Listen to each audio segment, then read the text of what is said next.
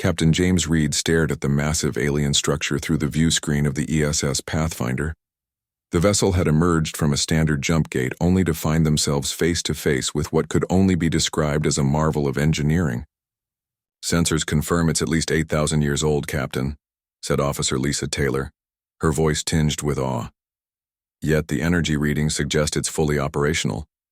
The structure, a ring-shaped megastructure nearly the size of Earth's moon, pulsed with blue light.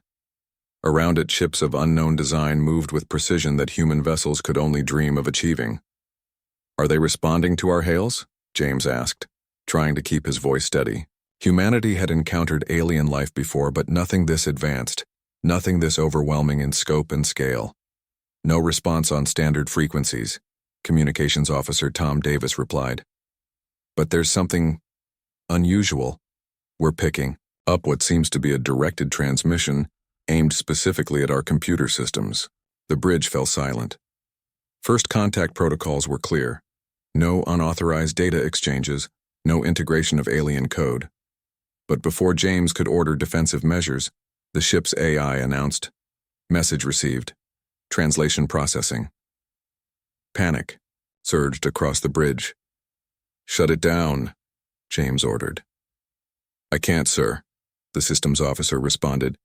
"Whatever it is bypassed our firewalls like they weren't even there." The main display flickered and text appeared. "Humanity of Earth. Cease approach.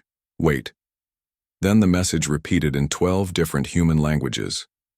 "Sir," Lisa whispered, "I think they just casually broke through security systems that took our best engineers decades to build." "And translated into multiple Earth languages in seconds," added Tom. James ordered the fleet to maintain position, following first contact protocols despite the tension thick enough to cut with a knife. 6 human vessels hovered at the edge of the alien system, vastly outmatched and outgunned by what they could now see were defense platforms positioned throughout the area. Hours passed with the crews on high alert. Then, without warning, a small vessel detached from the ring world and approached the human fleet.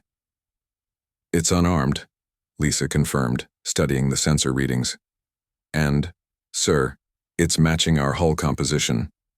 They've adapted their ship to appear less threatening to us."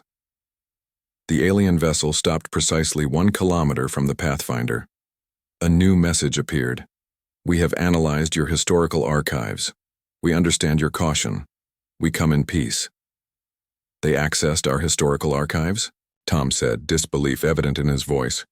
"How is that even possible from this distance?" The answer came moments later as a holographic projection materialized on the bridge, a humanoid figure composed of light. It stood approximately 2 meters tall with 4 arms and a head that seemed too large for its slender body. "Greetings, humans," it spoke in perfect English. "We are the Lumen. We have observed your civilization for 300 of your years." James stepped forward, aware that he represented all of humanity in this moment. "I am Captain James Reed of the Earth spaceship Pathfinder. We come with peaceful intentions." The alien light being seemed to smile, or at least its facial features rearranged in what might have been the equivalent. "We know. We have studied your broadcasts, your literature, your wars, your triumphs. You are young but remarkably adaptable.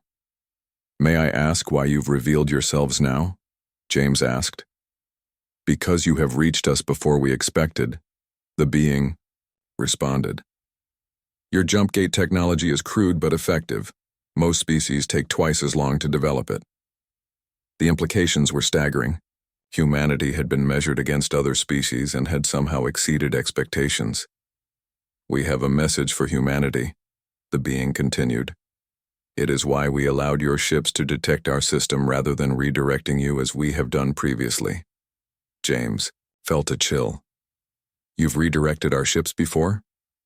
"3 times. You were not ready. Now perhaps you are."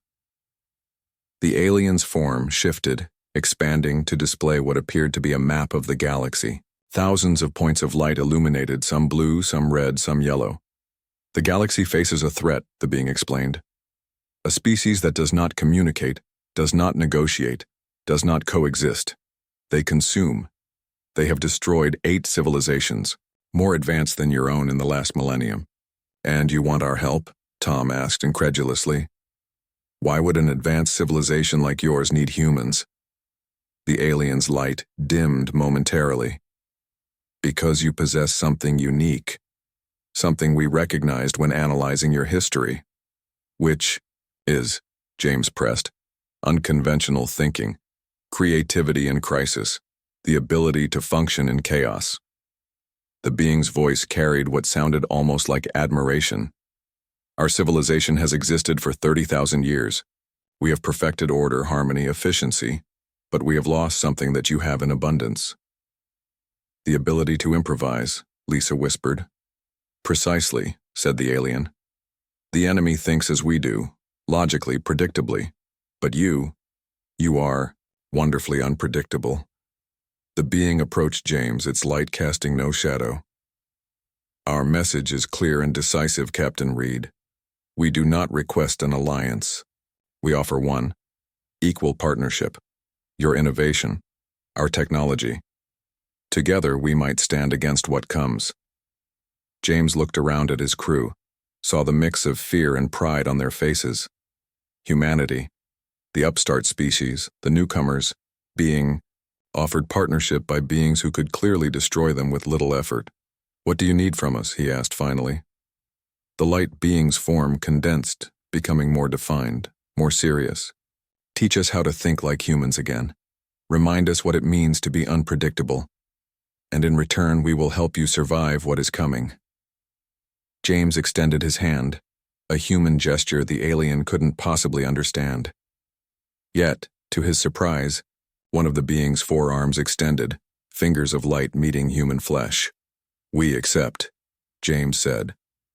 And in that moment, humanity stepped onto the galactic stage not as conquerors, not as the conquered, but as equals. Not because of their technology, but because of their humanity.